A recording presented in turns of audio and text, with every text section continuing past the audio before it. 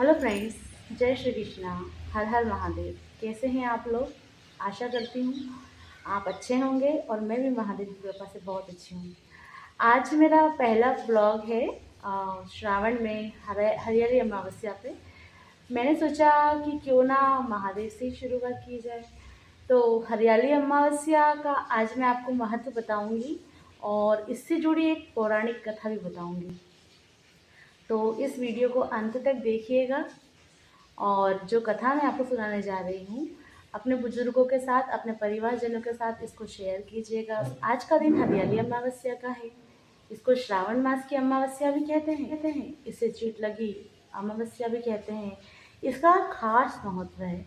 खास महत्व इसलिए है क्योंकि एक तो ये श्रावण मास में आती है। श्रावण मास जैसे महादेव गौरी माता को बहुत प्रिय है और वो सुख समृद्धि का प्रतीक भी है, वैसे ही हरियाली अमावस्या भी सुख समृद्धि का प्रतीक है।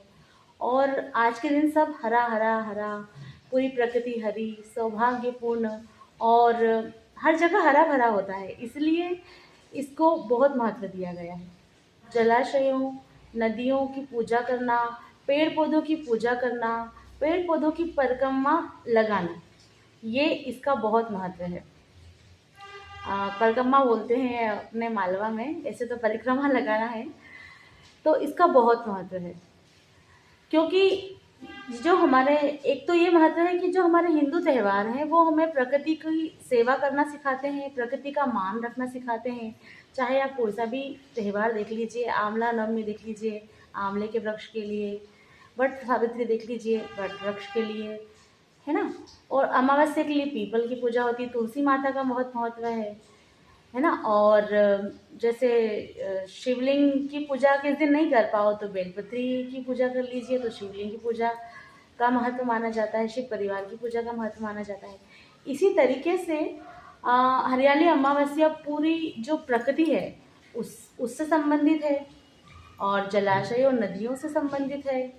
और क्योंकि इस दिन श्रावण के मास में वर्षा होती है, तो पूजा तो ठीक है लेकिन हमें जलाशयों और नदियों की सफाई करना चाहिए। इस बहाने सफाई भी हो जाती है और हमारी जो पूजा पाठ है वो भी हो जाती है।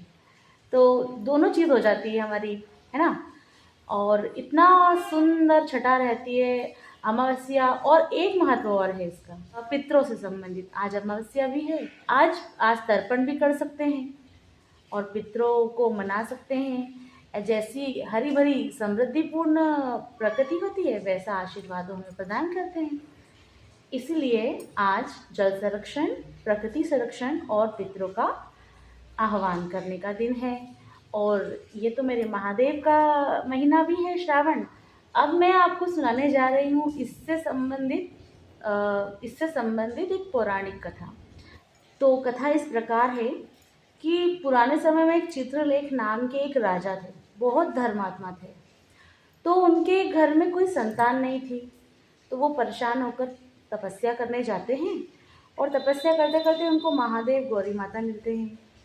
गौरी माता महादेव वो प्रसन्न होते हैं और प्रसन्न होकर उनसे कहते हैं तुम्हें क्या चाहिए।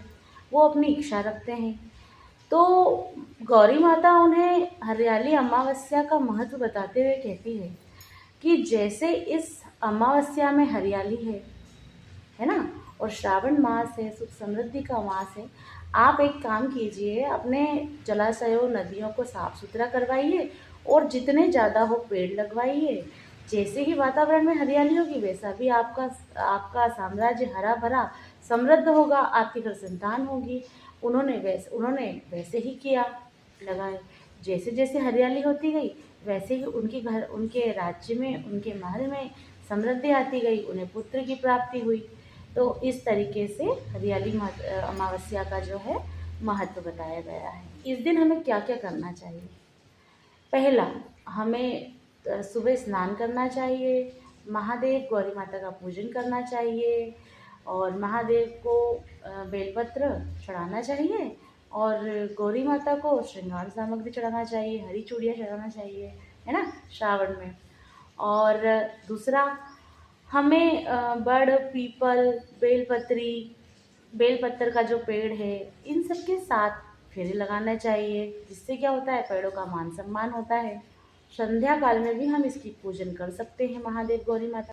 हमारे घर के जो पितृ हैं उनको धूप ध्यान करनी चाहिए, है ना। और हाँ, सबसे बड़ी बात, हमारे घर में जो जलाशय हैं या आसपास हैं उसका भी सम्मान करना चाहिए। जो अपने घर से फूल पत्ती जो सामग्री निकलती है, इसको ऐसे नदियों तालाबों में नहीं डालना चाहिए। साफ़ सुथरा जल नहीं वो प्रदान कर पाते हैं, तो उनको साफ़ सुथरा रखना चाहिए, हमारी जिम्मेदारी है ये।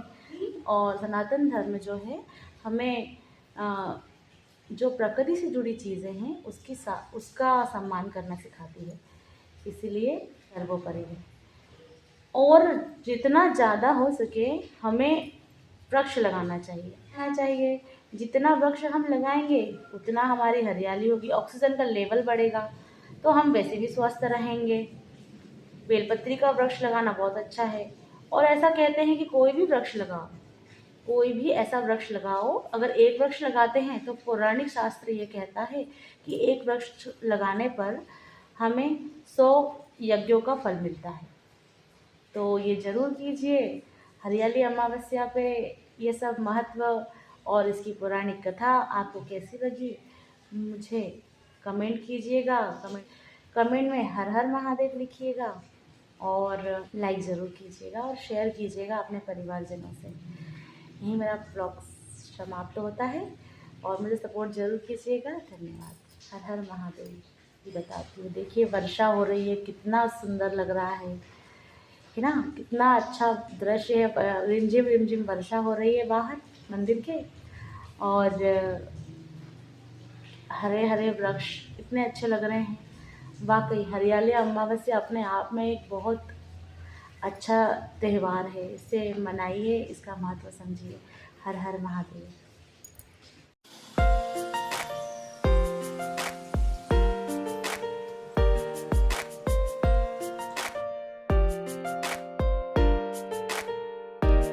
देखिए फ्रेंड्स, मैं तो अपना पौधा लगा रही हूँ बेलपत्री की। ये देखिए बेलपत्री के बीज हैं ये,